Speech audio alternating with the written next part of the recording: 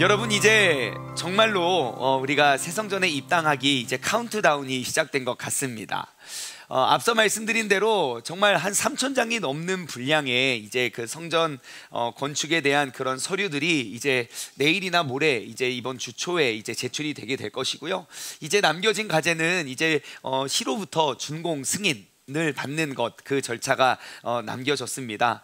여러분, 우리가 속히 그 모든 절차가 잘 진행되고 우리가 입당할 수 있도록 여러분들의 많은 기도, 끝까지 많은 기도 부탁드립니다.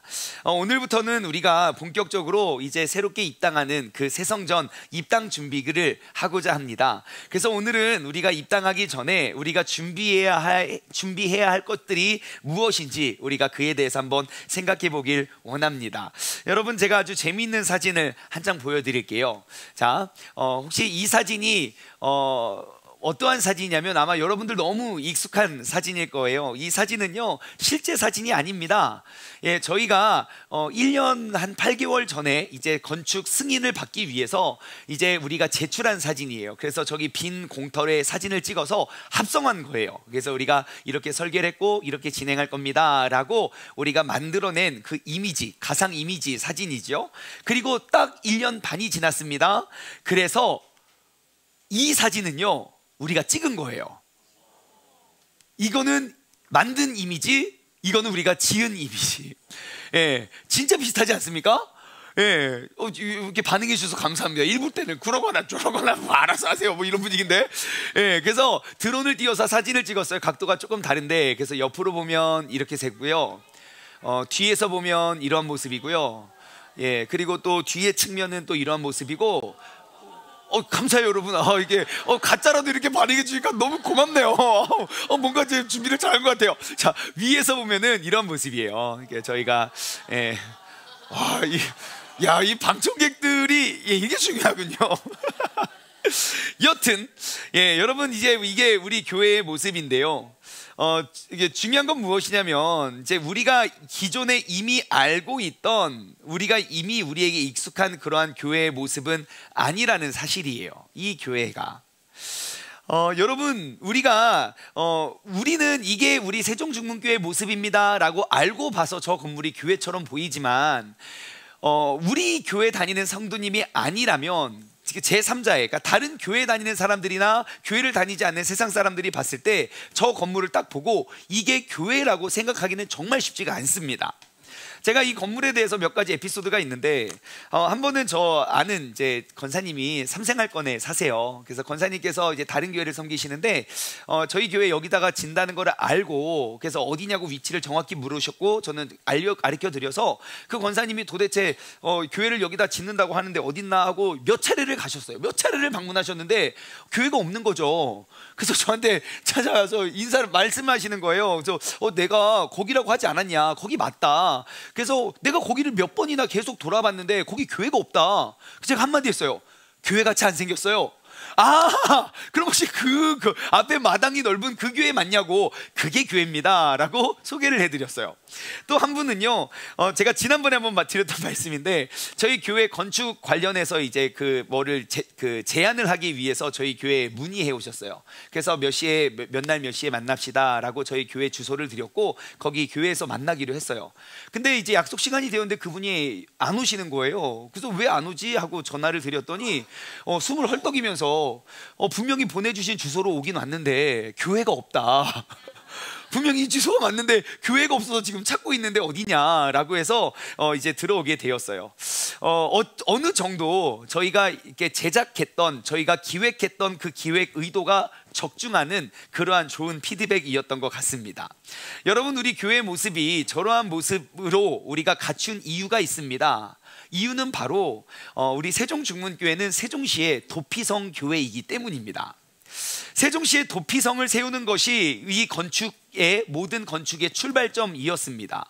과연 도피성은 무엇이고 2023년에 도피성이 필요하다면 그것은 어떠한 모습이 되어야 할까라는 그런 질문에 우리는 답을 얻은 그런 모습이었죠.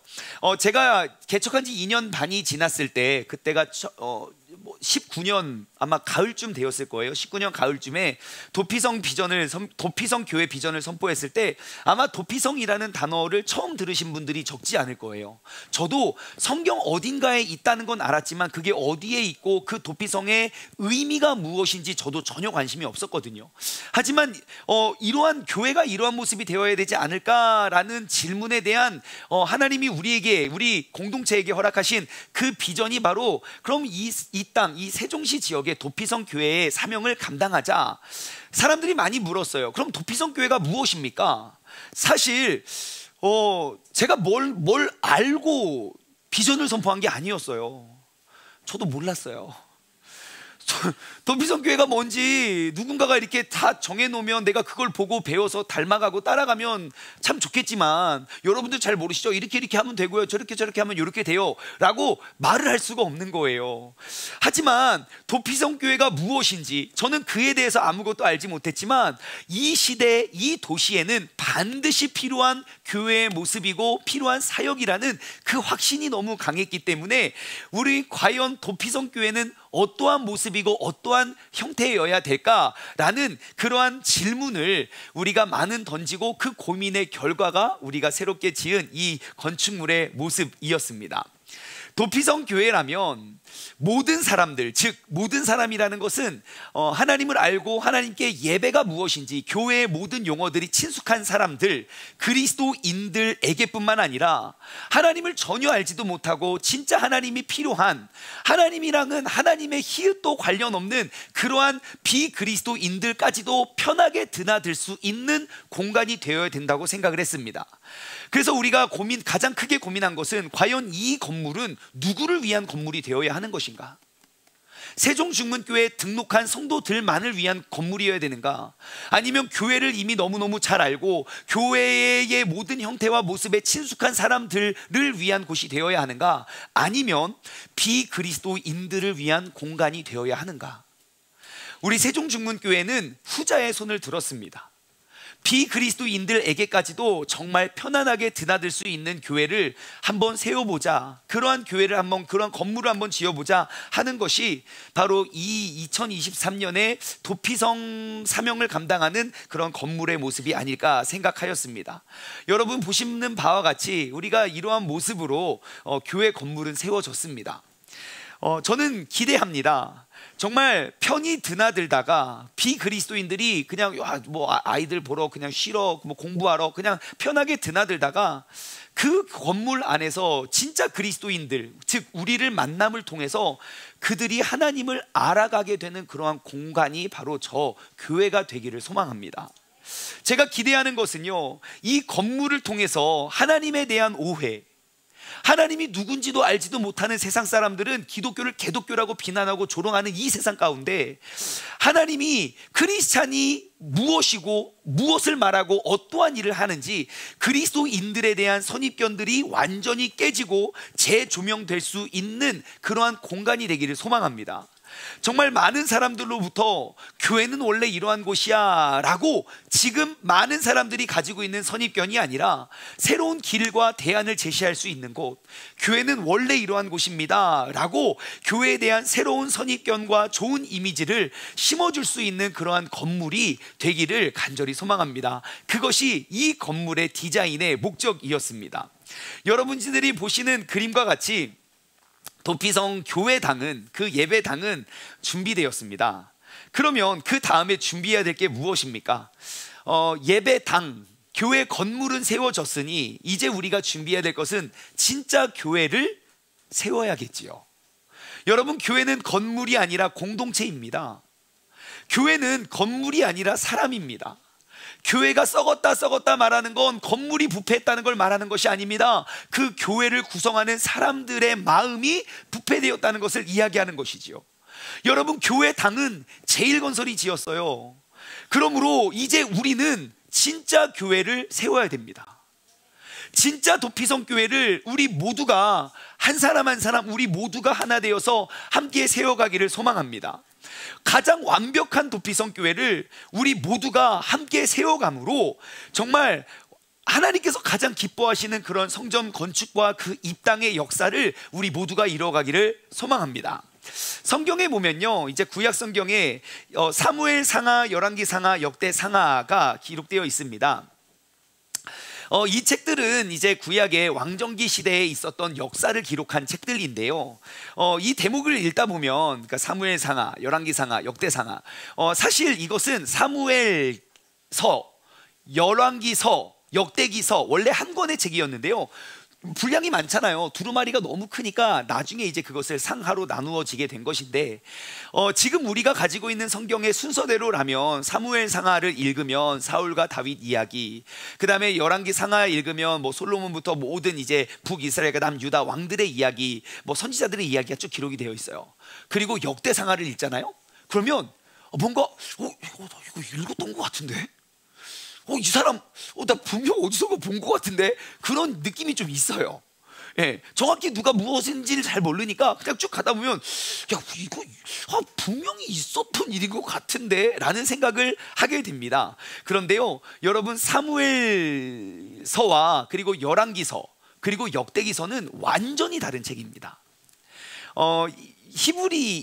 유대인들이 보는 히브리어 원어 성경을 보면요, 역대기서의 위치는 구약 성경의 맨 마지막에 있습니다. 말라기가 아니라 역대기 상하가 맨 마지막에 있어요. 그것은 무엇을 말하냐면요, 사무엘 상하는 그냥 사무엘 상하, 열왕기 상하는 그냥 그들이 흘러가는 왕정기 시대의 역사를 기록했던 반면, 이제 왕정기 시대가 바벨론 제국에 의해서 완전히 멸망하고, 그리고 뭐 많은 사람들에 의해서 이제 성전이 재건이 되고 구약의 역사는 끝나요.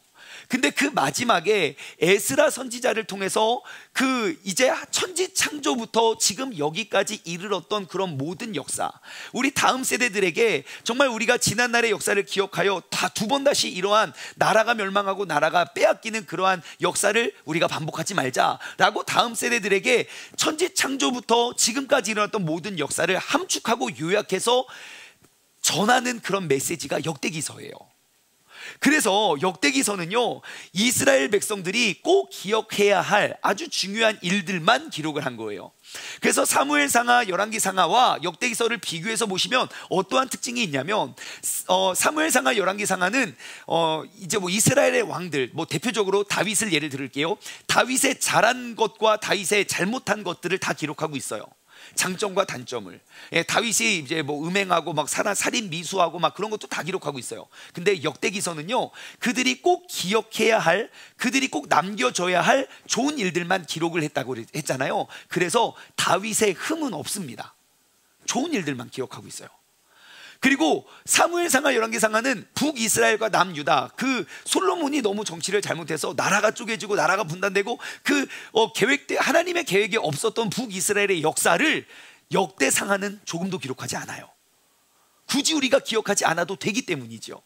그래서 역대기를 통해서 우리가 알 수 있는 건, 정말 그 역대기서에 이제 믿음의 유산을 남겨줄 그 다음 세대들이 꼭 기억해야 할 것들이 무엇인지, 그 역대기서를 남긴 그 기록자를 통해서 우리가 어떠한 것을 반드시 기억해야 되는지를 우리는 발견하게 됩니다. 제가 이번에 역대기서를 다시 이렇게 읽고 있는데요, 이스라엘 역사에 있어서 예루살렘 성전, 즉 솔로몬의 성전이 얼마나 그들의 역사와 그들의 삶에 있어서 얼마나 중요한 역할을 감당하고 얼마나 큰 영향력을 미치고 있는지 발견하게 됐어요.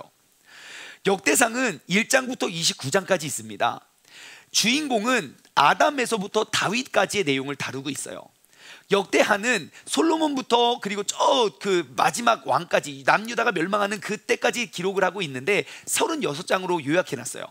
자, 그러면 역대상은 1장부터 29장까지 있는데 우리는 일단 너무 길어요. 막 이름도 너무 많이 나와요. 1장부터 8장까지 다 족보예요. 족보 이름만 나와요. 우린 되게 재미없게 보지만, 여러분 생각해 보세요. 29장이 기른 게 아니고요, 아담부터 다윗까지의 역사를 29장으로 요약해놨다니까요. 그 긴 겁니까 짧은 겁니까? 엄청 짧은 거죠. 여러분, 아담부터 다윗까지 얼마나 많은 정말 믿음의 사람들이 있습니까? 그거 만약에 저한테 요약하라고 하면 저는 아마 290장은 썼을 거예요. 290장도 야 이거 조금밖에 안 돼. 얼마나 쓸 게 많아요. 근데요, 역대기는 29장으로 딱 요약을 해놨어요. 정말 그 역대기를 기록한 많은 학자들은 에스라가 기록자라고 보고 있는데요. 그 에스라 선지자의 엄청난 지혜, 그 방대한 역사를 어떻게 요약합니까? 족보로 요약을 해요. 족보는 무엇입니까? 가장 짧게 요약된 역사책이거든요. 그 사람의 이름만으로도 우리는 그 사람의 삶이 쭉 이렇게 나열이 돼요. 그래서 아담에서부터 천지창조 때부터 다윗까지 그 어마어마한 방대한 내용을 요약했는데요. 여러분 여러분 성경책 가지고 오신 분들 우리가 한번 찾아보면서 봤으면 좋겠어요. 역대상 10장을 보면요, 사울이 죽어요. 그리고 11장에 보면 이제 다윗이 왕이 됩니다. 11장. 그리고 아까 역대상은 몇 장까지 있다고 했습니까? 29장까지예요. 그러니까 11장에 다윗이 왕이 되고 29장까지는 다윗에 대한 내용이에요. 그러니까 이스라엘 백성들에게 꼭 가르치고 남기고자 하는 핵심 인물은 누굽니까? 다윗 왕이라고요. 그리고 그 뒤에 왕정기에 따라오는 모든 왕들의 신앙생활의 기준은 바로 다윗이 되고, 오늘날에도 그 이스라엘의 그 별, 이스라엘 국기에 있는 가운데 큰 별이 무슨 별일까요? 다윗별이라고요. 그래서 그 다윗이 그들의 역사에 얼마나 중요한 역할을 남겼는지 알 수 있어요. 그래서 이스라엘의 아담부터 모든 역사를 요약하는 그곳에 11장부터 29장까지 온통 다윗에 관한 이야기로 기록되어 있어요. 여러분, 다윗의 인생에 정말 많은 사건들이 있죠. 파란만장한 인생을 살았는데, 어려서부터. 근데 11장부터 29장까지 요약이 되어 있는데, 제가 재밌는 사실을 하나 발견했어요. 다윗의 인생을 요약하면요, 다윗의 삶의 중심이 어디 있고 다윗이 무엇을 위해 살아왔는지 우리는 쉽게 알 수 있어요.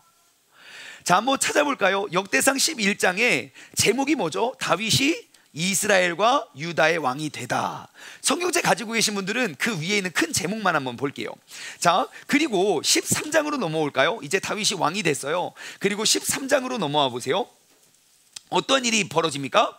하나님의 궤를 옮기다.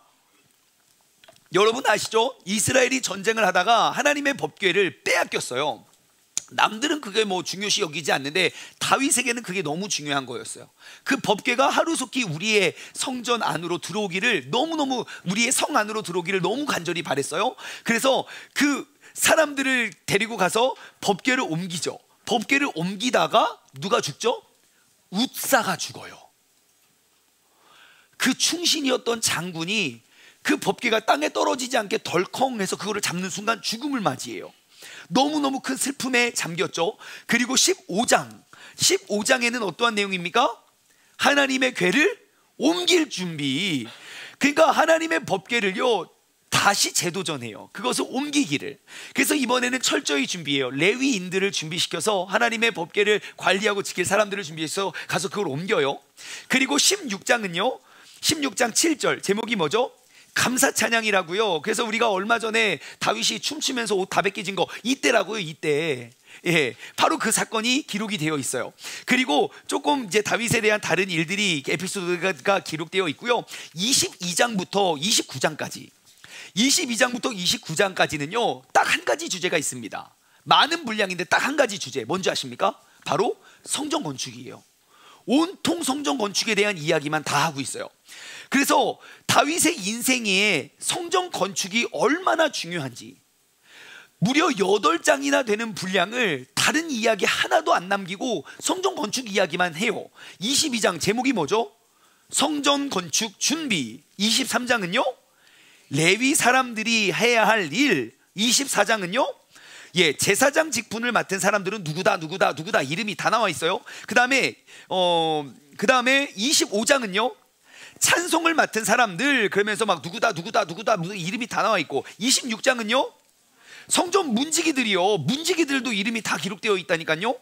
그리고 20절에는 성전 곳간을 맡은 사람들, 성전의 곳간을 맡은 사람들도 여기 다 기록하고 있고요. 27장은 각 지파를 관리할 사람들, 왕의 재산을 맡은 사람들. 28장 다윗이 성전 건축을 지시하다. 그리고 29장 성전 건축 때 쓸 예물, 그런 것들이 무엇인지. 여러분, 다윗의 인생이 정말 파란만장한, 우리는 막 뭐 다윗이 골리앗을 물리친 사건도 너무 크고, 막 뭐 사울에게 쫓겨다니는 것도 너무 크고, 막 솔로몬을 낳는 것도 너무 크고, 우리 그런 것들 너무 크지만 이 이스라엘 백성들 후대에게 남겨주어야 할 다윗의 인생을 요약하면 성전 건축 이야기가 제일 중요하다는 걸 알 수 있어요. 여러분, 다윗의 인생을 역대기서는 19장으로 요약하고 있는데 그 중에 10장이 하나님 성전의 법궤에 관한 이야기예요. 그러면 그의 인생을 소개할 때에도 정말 꼭 기억하고 빼놓지 말아야 될 일들이 성전 건축이라면, 우리가 다윗과 같은 사람이 되기 위해서 우리의 신앙생활에 있어서 다음 세대에게 가르쳐주기 위해 가장 중요한 한 가지는 무엇이겠습니까? 내가 하나님의 성전을 어떻게 세워가고 어떻게 지켜가고 있느냐는 겁니다. 우리의 신앙생활 가운데 그 중심이 무엇인지, 우리가 그 하나님의 성전 중심으로, 그 예배 중심으로 우리의 삶의 모든 사건들을 해결해 가는 것이 무엇인지를 가르쳐 줘야 된다는 것입니다. 여러분, 우리는 말씀을 통해서 다윗이 얼마나 예배에 대해서 진심이었는지 우리는 알 수 있어요. 여러분, 우리가 만약에 다윗과 같은 그러한 인생이 되길 원한다면, 하나님이 정말 형들에게 무시받고 부모님에게 버림받았던 그 사람이 이스라엘 역사의 가장 위대한 한 사람으로 되었던 것이 우리의 삶이 되고자 한다면, 여러분, 우리의 삶의 중심을 어디에 두어야 되겠습니까? 예배에 두어야겠지요. 여러분, 그래서 우리도 다윗과 같이 예배의 진심인 삶이 되기를 소망합니다. 요즘 신조어로 예부심이죠. 예부심. 예부심. 예배에 진짜 좀 진심인 사람. 우리도 다윗과 같이 성전의 진심인 사람이 되길 소망합니다. 성전의 진심인 사람, 성부심. 어감이 좀 이상해요. 아무튼 우리도 다윗과 같은 인생의 주인공이 되기를 주님의 이름으로 간절히 소망합니다. 자, 오늘 본문 말씀으로 넘어오면요, 23장 말씀을 보면 이제 그 성전의 진심이었던 다윗이 자기가 짓지는 못해요. 지을 준비를 다 하고 솔로몬에게 그 일을 위임하는데요, 다윗이 얼만큼 성전을 잘 준비하느냐, 23장 1절부터 보시면 다윗이 나이가 많아 늙었어요. 솔로몬을 이스라엘 왕으로 삼고 이제 이스라엘의 모든 방백과 제사장과 레위 사람들을 모았어요. 나는 늙었고 이제 그 다음 왕을 세워서 모든 방백들을 불러 모았어요. 뭔가 부탁하기 위함이겠지요. 이제 이 어린 왕이 무엇인가를 하는 게 아니라 이제 내가 준비한 모든 나의 인생을 마감하면서 마지막으로 부탁하고 남기는 그 말을 전하고 싶었던 거예요. 자, 3절. 레위 사람들을 계수했어요. 레위 사람들, 30세 이상으로 된 레위 사람들을 계수했어요. 남자들만요. 자, 여자와 어린아이와 노인들은 제외. 가장 왕성하게 일하고 활동할 수 있는 레위인, 계수할 수 있는 남자들만 셌어요. 몇 명입니까? 38,000명이 계수됐어요. 38,000명. 4절. 그 중에 24,000명은 뭐라는 사람입니까? 여호와의 성전의 일을 보살피는 사람. 6,000명은요 관원과 재판관. 4,000명은요 문지기. 4,000명은요 여호와께 찬송을 드리기 위하여 만든 악기로 찬송하는 사람들. 자, 총 38,000명이에요. 이 38,000명에 지금 왜 부름을 받았습니까? 오직 뭘 위해서? 성전 관리를 위해서요. 성전을 관리하는 사람이 몇 명이라고요? 38,000명이라고요. 다윗은 왜 이렇게 많은 사람들을 뽑았을까요? 성전 하나인데. 왜죠? 솔로몬 성전이 엄청 컸죠. 그래서 38,000명은 필요하죠. 그거 관리하려면. 솔로몬 성전이 큽니까 작습니까? 크죠? 엄청 커요. 한 3만 명은 필요해요. 그래서 우리가 한번 생각해 봅시다. 과연 솔로몬 성전은 몇 평이었는가? 여러분, 솔로몬 성전이 어떻게 생겼냐면요, 이렇게 생겼어요. 솔로몬 성전은 저렇게 생겼어요. 네모 반듯해요. 저기 중간에 이제 그 내부의 모습을 보이기 위해서 저렇게 뚫어놨는데 그냥 단층의 높은 건물이에요. 저런 건물인데, 여러분, 성경 안에 저 솔로몬 성전의 규격, 사이즈가 나와 있습니까? 안 나와 있습니까? 나와 있지요. 나와 있지요. 열왕기상 6장 2절과 3절을 한번 보겠습니다. 왕상, 앞으로 넘겨보세요. 이런 거는 여러분 찾아서요 밑줄도 쳐놓으시고 그러세요.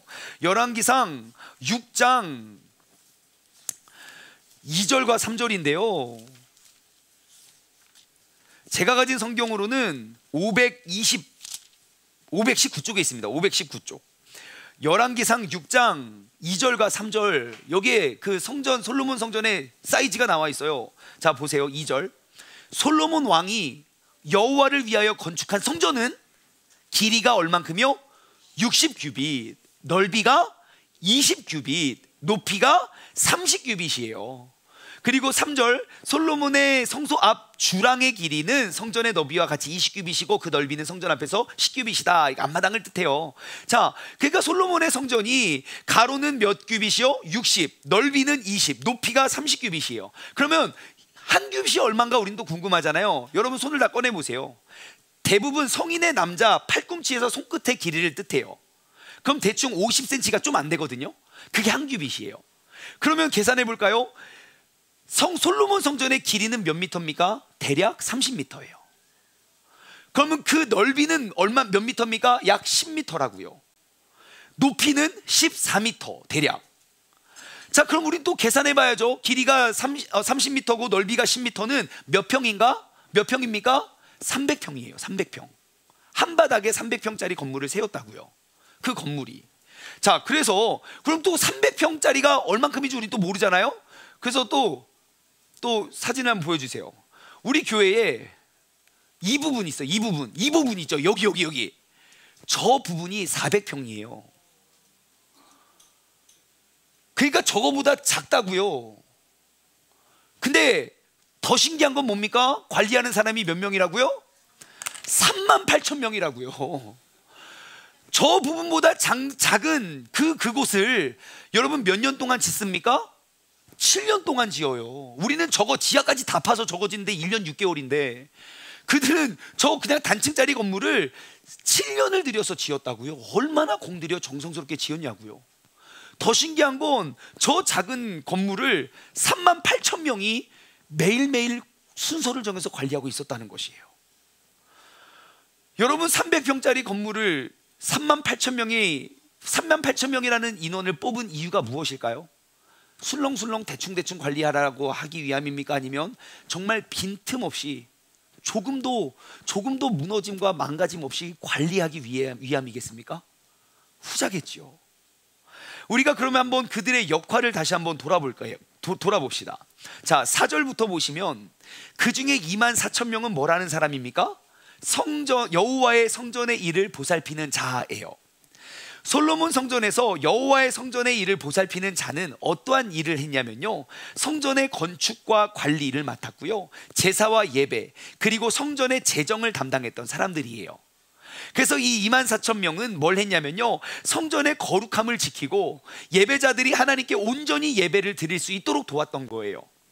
여호와의 성전의 일을 보살피는 레위 사람들 중에 선택된 사람들로 그 성전을 위해 헌신하고 봉사하는 봉사자들이 어떤 일들을 했냐면 성전 건축 관리 그리고 기물들을 관리했고 성전 주변을 청소하는 일을 담당했고 그리고 제사와 예배에 관해서 하나님께 온전히 제사를 드릴 수 있도록 그 예배를 돕는 역할을 감당했고요, 성전의 재정은 성전의 운영에 필요한 그 재원을 마련했고 관리하는 일들을 감당했어요. 그래서 이들이 항상 성전에 그 많은 헌금들을 잘 보유하고 있었어요. 그래서 나중에 나라가 뺏기거든요. 성전 안에 있는 헌금 다 끌어다가 막 다른데 막 수로 놓고 막, 그래서 나라가 어떻게 됐겠습니까? 네, 어려워졌어요. 그런 일들을 맡았어요. 24,000명. 오늘날로 말하면 봉사팀, 예배팀, 재정팀 뭐 이런 부들이겠죠. 24,000명이라고요. 그리고 6,000명은 뭐 했습니까? 4절에 관원과 재판장이었어요. 여러분, 관원은 어떠한 사람이냐면 성전 내의 감독자나 감시자로서 성전을 운영, 관리, 감독하는 그런 사람들을 뜻해요. 그래서 그들은 성전의 재정자원과 시설들을 관리하고 성전의 일상적인 운영에 필요한 그 조직과 시스템을 구축했어요. 성전의 기능을 원활히 수행할 수 있도록 조직을 감독하고 성전의 비전과 목표를 이행하기 위해서 활동했던 사람들 6,000명이요. 재판관은 뭐랬냐면요, 성전에서 법과 정의를 관리하고 법적인 분쟁을 다루고 성전 내부의 법적인 문제나 갈등을 조정하고 사건을 판단해서 사람들 간의 분쟁을 해결하는 일, 그러한 역할을 맡았던 게 이제 6,000명이었어요.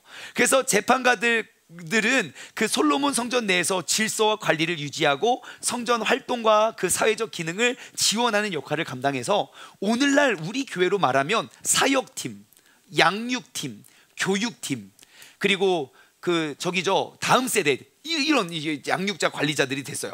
자, 또 그 다음 누가 있습니까? 5절 4천 명은 뭐요? 문지기요, 문지기.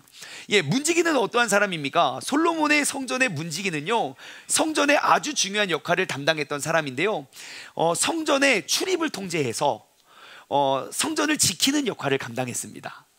그리고 또한 성전의 청소와 관리, 그리고 예배자들의 안내와 봉사도 그들이 담당했던 거예요. 그들은 성전의 거룩함을 지키기 위해서 사람들이 온전히 예배를 드릴 수 있도록 그 거룩함을 지켜주는 그런 섬김과 헌신의 일을 했고요, 그들이 했던 역할은 출입을 통제했어요. 아무나 막 대충 들어와서 성전 더럽히고 하지 못하게. 그리고 그들의 신분을 확인했고, 그리고 성전에 출입하는 사람들의 적절한 권면과 그리고 권한과 그런 것들을 확인하고 성전 내부의 질서를 유지하는 게 문지기의 역할이에요. 또한 경비와 보안의 역할도 감당했어요. 문지기는요, 성전의 안정과 보안을 유지하기 위해서 경비 역할을 수행했고요, 감시했고요, 또한 질서를 유지했어요. 그래서 성전 내부의 질서와 청결을 유지하기 위해서 그들이 부단히 노력했던, 그러한 역할을 감당했던 게 문지기예요. 마지막으로 4천 명은 또 뭘 합니까? 찬양팀. 문지기를 오늘날 우리 교회로 말하면 안내팀, 관리팀, 봉사팀, 방송팀, 예배지원팀, 대부분의 팀들이 문지기 역할이겠죠. 자, 그 다음에 또 4천 명은 뭐 했습니까? 찬양팀이요. 뭐 찬양팀은 말하지 않아도 알 것 같아요. 그 성전에서 하나님께 가장 아름다운 찬양을 올려드릴 때 찬양팀 몇 명이라고요? 아멘, 아멘, 아멘. 4천 명의 찬양대. 막 상상만 해도 멋있지 않습니까? 그 찬양팀의 역할은 하나님께 찬양, 그 예배를 우리가 찬양으로 올려드리는 역할을 감당하고, 각종 악기를 만들고 개발하고 연합해서 하나님께 악기 연주도 했고, 또한 예배를 지휘했던 예배 인도자들이었어요. 그 찬양팀. 그래서 그 찬양을 통해서 모든 예배의 시간을 기쁨과 경배의 시간으로 만들었고, 아침과 저녁 2번씩 예배를 드릴 때 아름다운 찬양을 드렸지요. 오늘날로 말하면 이 찬양팀 4천 명은요, 찬양팀, 예배팀, 성가대 뭐 이런 사람들이 4천 명이었던 것 같아요. 여러분, 이것이 최초 성전의 관리의 스케일이에요. 여러분, 우리 세종중문교회의 영구 비전이 무엇입니까? 하나님의 말씀을 읽으면 세종중문교회의 모습이 되고, 세종중문교회의 역사를 기록하면 하나님의 말씀이 되는 교회 아닙니까? 여러분, 우리 세종중문교회도 38,000명의 성전 관리자들이 정말 빈틈없이 정말 하나님의 그 아름다운 성전을 관리하는 우리 모두가 되었으면 좋겠어요. 여러분, 지금 제가 소개해드린 38,000명은요, 그 성전에서 오가는 예배자들이 아니에요. 성전을 관리하는 사람들이에요. 왜 하나님께서 우리에게 2023년 이 성전 건축과 그 이 땅의 사명을 맡겨놓으셨겠습니까? 여러분, 우리는 이 자리에 있는 우리 모두는 예배 구경꾼이나 방문자가 된다고 생각하시면 안 돼요. 우리는 그 38,000명의 관리자가 돼야 돼요. 그리고 주님을 알길 원하는 사람, 실족하여 떠났던 사람, 주님이 필요한 사람들을 우리가 그들을 위해서 섬기고 준비하는 관리자가 되기를 소망합니다.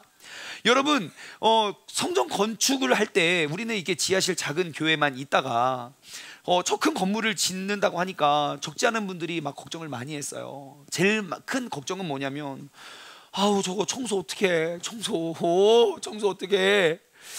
여러분, 실제로 한국의 교회가 커짐에 따라서 성전 청소를 용역 업체에게 맡기는 교회들이 늘어나고 있는 거 아십니까? 큰 건물을 관리하듯 하나님의 성전도 이제 우리가 해야 할 역할은, 우리는 찬양팀의 역할을 하니 너희가 문지기 해라. 우리가 관리자와 관원과 재판관의 역할은 나의 일인데 문지기의 역할은 너희가 해. 아무도 하지 않으니까 이제 하나님의 거룩한 헌금을 주고 사람을 사서 문지기 역할을 시켜요. 한국교회도 점점점 그러한 교회들이 늘어나고 있어요. 제가 미국에서 사역을 할 때는 대부분의 미국의 큰 교회들은요, 그게 그러니까 누구도 이상하게 생각하지 않을 만큼 그것이 보급화되었어요. 건물이 커지면 역할을 나눴어요. 눈앞에 보이고 화려하고 멋진 그러한 관리자, 감독자, 그리고 찬양 인도자들의 역할은 우리가 하고, 문지기 역할은 누구도 하려고 하지 않으니까 하나님의 예배와 전혀 상관없는 사람들이 돈 받고 그곳에 일을 하는 사람들이 늘어났고, 어느덧 한국 교회와 한국의 예배들도 그러한 것들이 점점점 익숙해져 가고 있는 현실을 보게 됩니다. 제가 이번에 성전 건축을 위해서 이제 악기를 되게 많이 사야 돼요. 악기를 많이 사기 위해서 서울의 어떤 업체를 이제 사장님과 이제 면담을 했는데, 뭐 누가 연주를 합니까? 뭐 전공자가 몇 명입니까? 뭐 이런저런 이야기를 하다가 제가 그랬어요. 저희 교회는 모든 예배, 모든 찬양팀 봉사자들이 다 자원봉사합니다. 그때 그 사장님은 정말 많은 교회에 그 악기를 납품하시는 분이잖아요. 교회 실정을 너무너무 잘 알잖아요. 특히 그 예배 찬양에 대해서. 그러니까 제가 모든 예배에 모든 악기 연주자들이 다 그냥 봉사로 합니다 라고 하니까 진짜 입이 떡 벌어지고요, 멍하니 계시더라고요. 그래서 제가 한마디 더 거들었죠. 우리는 성가대 지휘자도 한 번도 사례를 준 적이 없습니다. 사실 그게 놀랄 일은 아니거든요. 박수 한번 쳐요?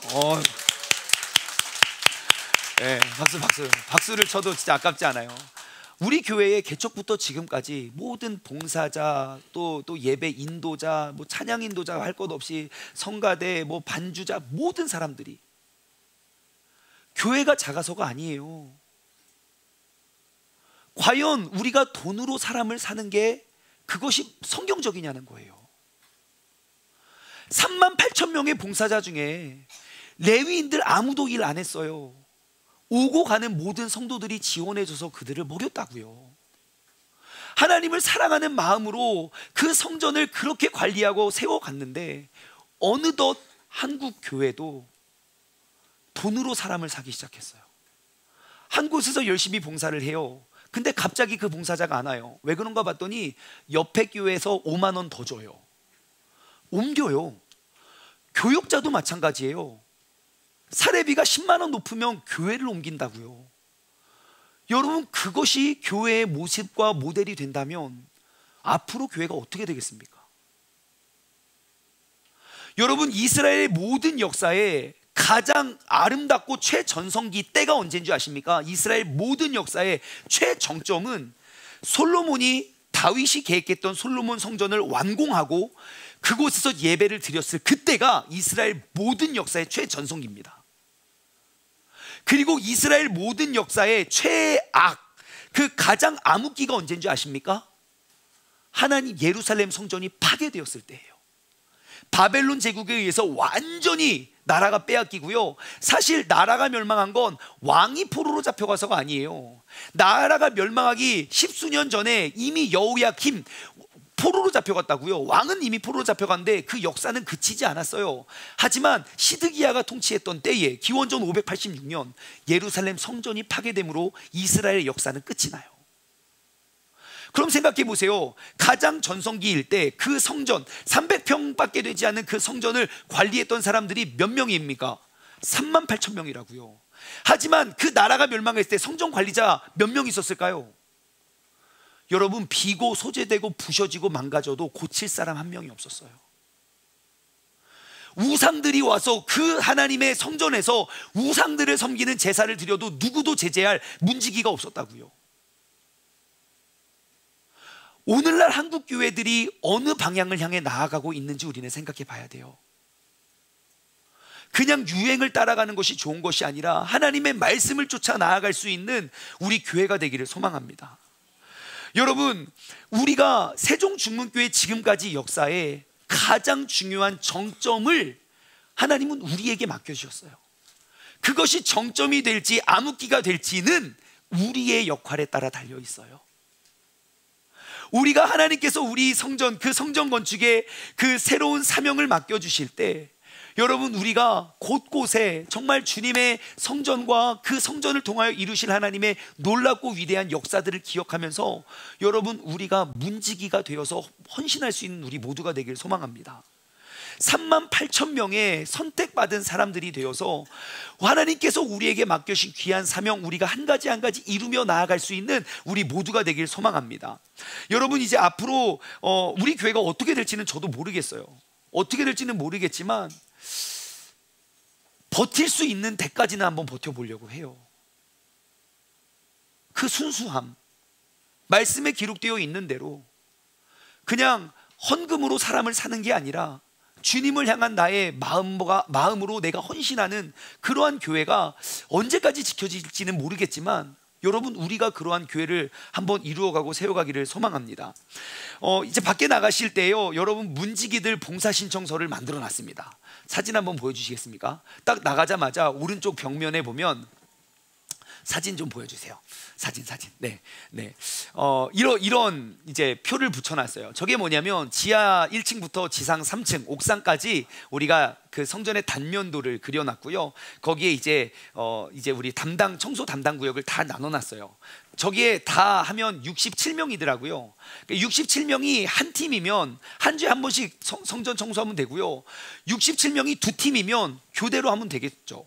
38,000명이 동시에 봉사하진 않았을 거예요. 교대 하면서 그 빈틈없이 그 성전을 섬겼던 것처럼 이제 여러분들이, 이제 우리가 문지기의 역할을 감당하며 나아가기를 소망합니다.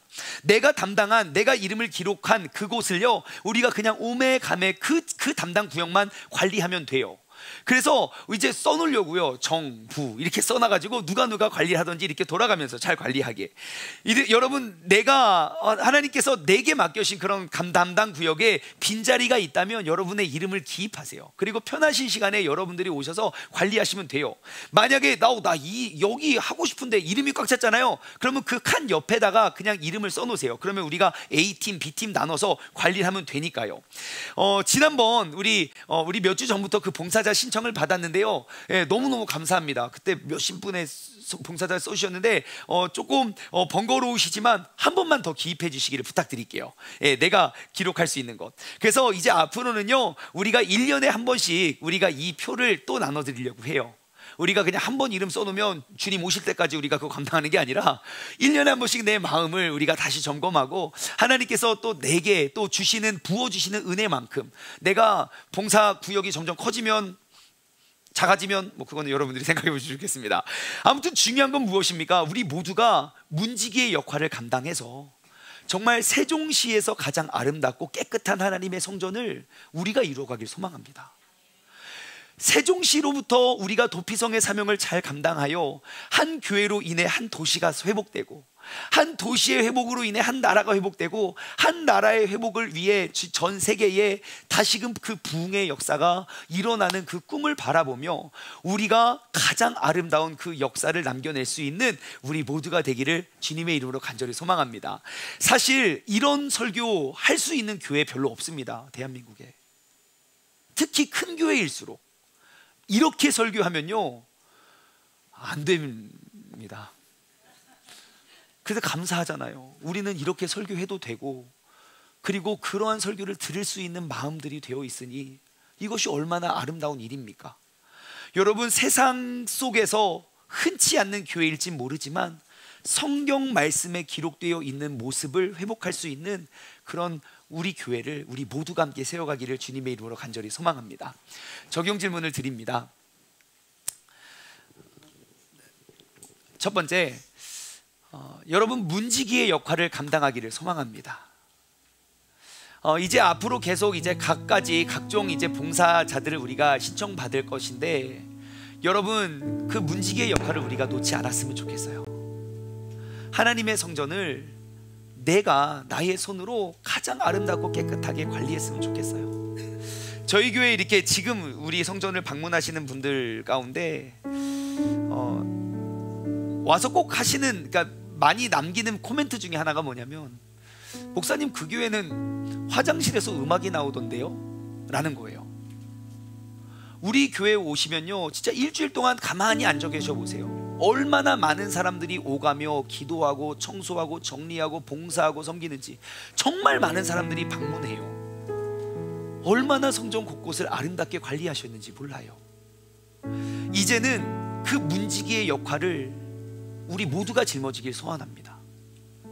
사랑이 있고 관심이 있으면 누구나 할 수 있거든요. 그 사명을 우리가 잘 감당하여 저 밖에 나가실 때 공간지기 신청란에 여러분의 이름을 꼭 남기시기 바래요.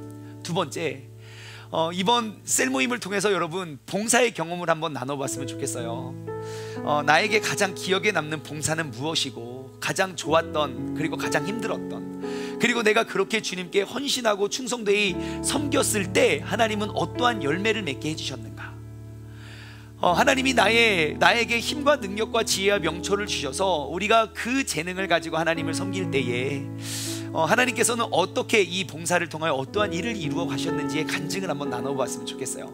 마지막으로 세 번째, 여러분 우리가 꿈꾸는 시간이 되었으면 좋겠어요. 새 성전에서 하나님께서 내게 맡겨주실 역할은 무엇인지를 우리가 꿈꿨으면 좋겠어요. 하나님께서 나의 인생을 지난 10년, 20년, 30년 동안 나를 키우고 나를 훈련시킨 그 모습으로 하나님께서는 새 성전에서 그 모습으로 일을 하실 거예요.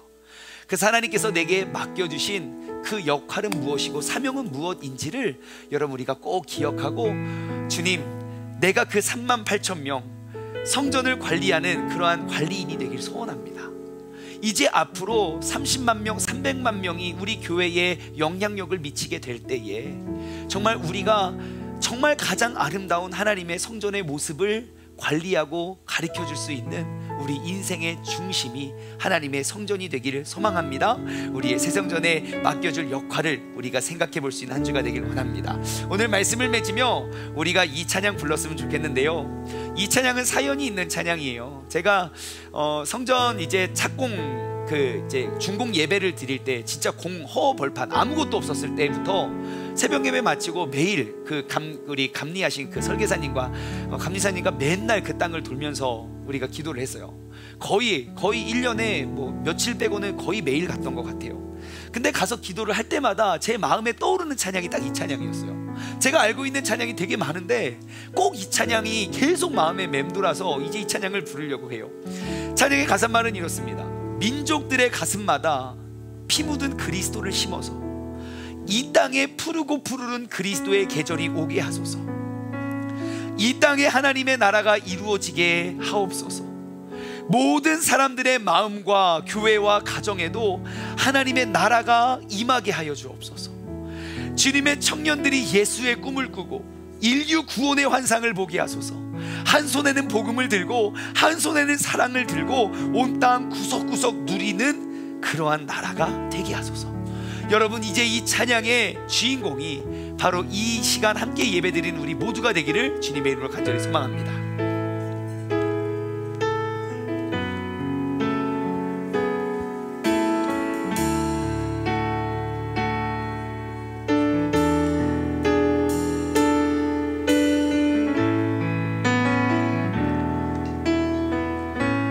민족의 가슴마다 피 묻은 그리스도를 심어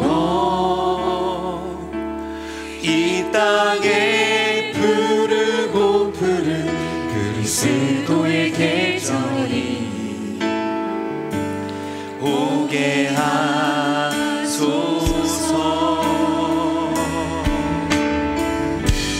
오게 하소서.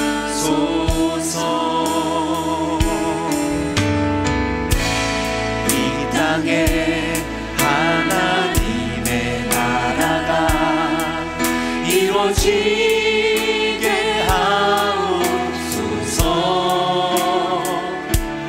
모든 사람의 마음과 교회와 가정에도 하나님 나라가 임하게 하여 주소서.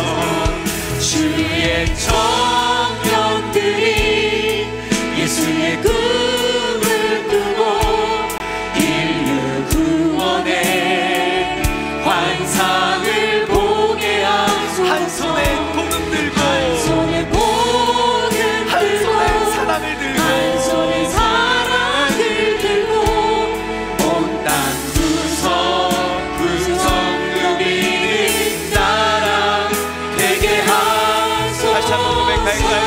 민족의 가슴마다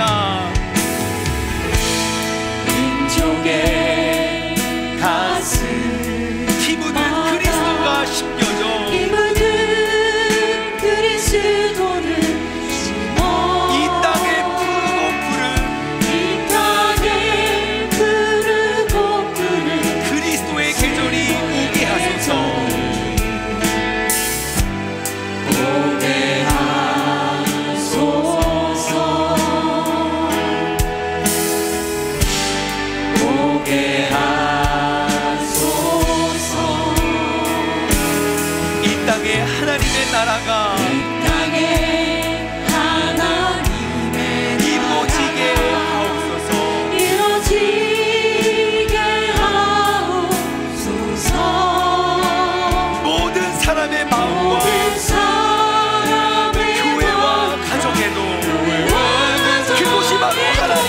나라가 임하게 하여 주옵소서.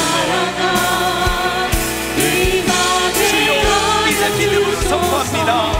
주의 청년들이 예수의 꿈을 꾸고 인류 구원의 환상을 보게 하소서. 한 손에 복음 들고 한 손에 사랑을 들고 온 땅 구석 누리는 나라 되게 하소서. 이 땅 구석구석에서 예수를 주로 고백하게 하소서. 하늘의 뜻 이 땅에 이뤄주소서. 주의 나라 되게 하소서.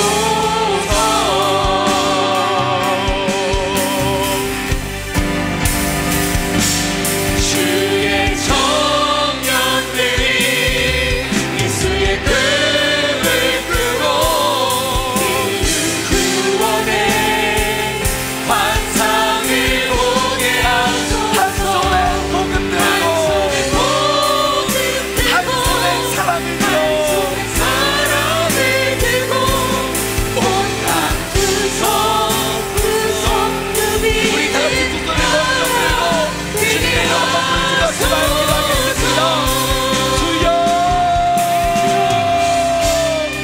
하나님 아버지, 주님의 청년들이 이 자리에 모였습니다. 한 손에 복음을 들고 한 손에 사랑을 들고 아버지, 주님의 나라가 하늘에서 이루어진 주님의 뜻이 나의 삶 가운데, 나의 가정 가운데, 나의 공동체 가운데, 나의 예배 가운데 아버지 하나님의 나라가 이루어질 수 있도록 주님께서 역사하여 주옵소서. 모든 사람의 마음과 교회와 가정에 하나님의 나라가 이루어지길 소망합니다. 아버지, 이제는 그 주님의 젊은 결정을 가진 주의 청년들이 아버지 예수의 복음을 들고 아버지 그리스도의 계절을 꿈꾸며 우리가 나아갈 수 있는 믿음의 자녀가 되길 원합니다. 아버지 하나님, 우리 새동식물교회를 통하여 아버지 하나님 이 세상 가운데 주님을 알게 하여 주시고 아버지 예수 그리스도의 그 피 묻은 그리스도를 신고하고 전파할 수 있는 아버지 그러한 세상 속에 아버지 예수 그리스도를 신고하고 전파할 수 있는 독비성 교회가 되게 하여 주시옵소서. 아버지 하나님, 성전 건축의 귀한 사명을 우리에게 맡겨주신 주님께 감사합니다. 아버지 하나님, 이제는 우리 모두가 움직이의 사명을, 움직이의 역할을 감당하여 아버지 하나님 우리가 그것을 이루며 나아갈 수 있는 믿음의 목적 자녀를 되게 하여 주시고 아버지 하나님, 우리가 주님께서 나에게 지금껏 훈련시키신 것 아버지 주님께서 이루며 나아갈 수 있도록 주님께서 우리에게 꿈과 비전을 허락하여 주시옵소서. 우리 한 가지 더 기도하기를 원합니다. 이번에 기도하실 때는요, 여러분 우리 다 같이 한번 꿈을 꿨으면 좋겠어요. 하나님께서 나의 인생을 여기까지 인도하여 주셨고 그리고 나의 삶과 신앙생활이, 나의 삶과 나의 믿음이 뗄래야 뗄 수 없는 관계인데 하나님께서는 새 성전 새 시대에 나를 어떠한 도구로 삼으실까? 하나님이 여러분들을 통하여 이미 훈련시키고 준비하신 그것을 통해서 하나님의 나라가 그리고 그리스도의 계절이 다시 오게 될 것을 믿습니다. 주님, 나에게 정말 주님의 꿈을 주시고 정말 이제 내가 주님의 나라와 그 영광과 그 확장을 위한 도구가 되어서 우리가 힘차게 나아가길 소망합니다. 주님, 내가 그 주님의 나라와 영광을 위해 부름받은 38,000명이 되길 원합니다. 주님께서 내게 부으시는 꿈을 우리가 기대함으로 다시 한번 주님의 이름 한번 부르짖고 합심하여 기대하겠습니다. 주여,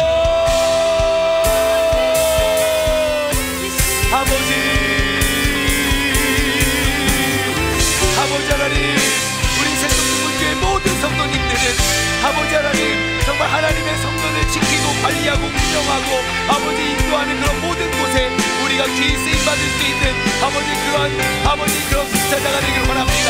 아버지 하나님, 주님께서 우리를 불러주시고 아버지 주님께서 우리를 택하여 인도하여 주시고 아버지 주님께서 원하시고 기뻐하시는 그런 온전한 주님의 자녀가 될 수 있도록 주님께서 역사하시고 인도하여 주옵소서.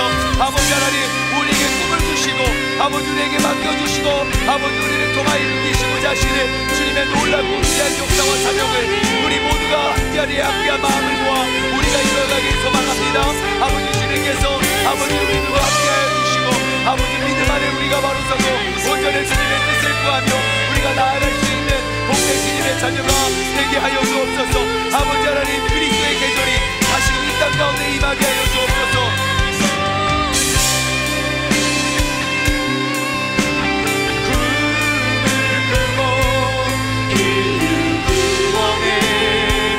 환상을 보게 하소서.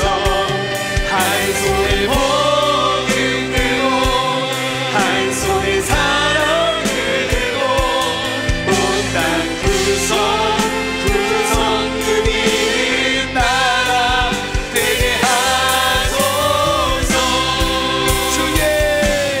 주의 정령들이 예수의 꿈을 끄고 환상을 보게 하소서. 한 손에 복을 들고 한 손에 사랑을 들고 온 땅 구성 누리는 나라 되게 하소서.